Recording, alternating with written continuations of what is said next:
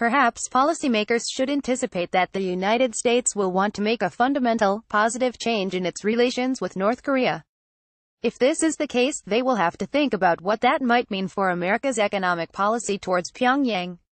I start this readily admitting that I am not an Asia expert, but someone who was a working-level official on Poland, Hungary, and Czechoslovakia in the State Department in 1989.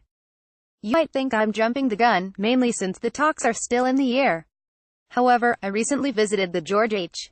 W. Bush Presidential Library and reviewed documents from 1989, when the United States made a similar change in our relationship with the countries of Eastern Europe. In March 1989, the majority voice in Washington was that change would not come to the region.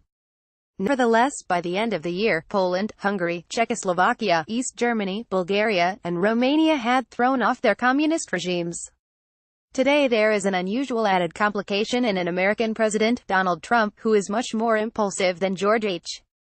W. Bush was in 1989, and who takes pride in being unpredictable.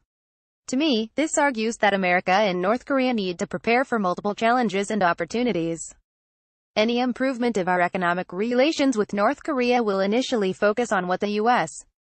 will do concerning sanctions relief. If America is going to support broader United Nations sanctions relief, then Washington should try to tranche such relief to ensure America's non-proliferation and other goals are met. The U.S. needs to keep in mind that it puts sanctions in place for different purposes and should only be willing to relax those when appropriate. At the same time, Washington needs to recognize that U.S.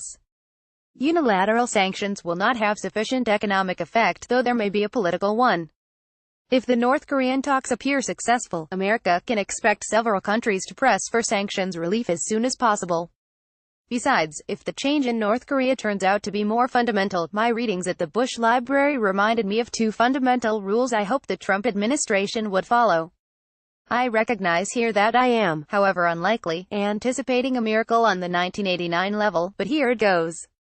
First, for both budgetary and policy reasons, the Bush administration expected Poland's and Hungary's neighbors to provide most of the assistance. When Leszek Balcerowicz presented his program for what was called shock therapy, President Bush strongly supported the plan but limited our financial support to 20%. Given the wealth of North Korea's neighbors, America should expect its regional allies, particularly Seoul and Tokyo, to provide the vast majority of any assistance. Second, until the U.S. saw democratic successors to the communist regimes, Washington limited its assistance to making Poland and Hungary eligible for normal economic relations, i.e., most favored nation status, the generalized system of preferences status, eligibility for programs of the Overseas Private Investment Corporation, and eligibility for export-import bank financing. For instance, the assistance programs Washington announced before Poland's Tadeusz Mazowiecki formed Solidarity's first government in Poland were designed to support the Polish private sector, not to prop up its communist government. After Mazowiecki formed his government and Balcerowicz presented his economic reform plan, the U.S. approach changed dramatically, as it should have, and America served as the catalyst to support Poland's International Monetary Fund program and to encourage our friends and allies to contribute to the Polish Stabilization Fund. If a miracle does happen, Washington should limit its economic activity with North Korea in a similar fashion. America needs to recognize that it can't impose an economic reform program on North Korea that their government or the people don't support. I want to be clear. I am not predicting that a miracle will happen on June 12. If the summit does occur, the more likely scenario will be a series of discussions that could lead to an agreement that the U.S. would find acceptable. However, as mentioned above, President Trump prides himself on being unpredictable. Therefore, there may be value in reminding policymakers of these lessons from 29 years ago. John Cloud is a retired diplomat and a professor at the Naval War College. He served as U.S. Ambassador to Lithuania, Senior Director of International Economics at the NSC, and twice in Poland. The views expressed are his own and do not reflect any official position of the U.S.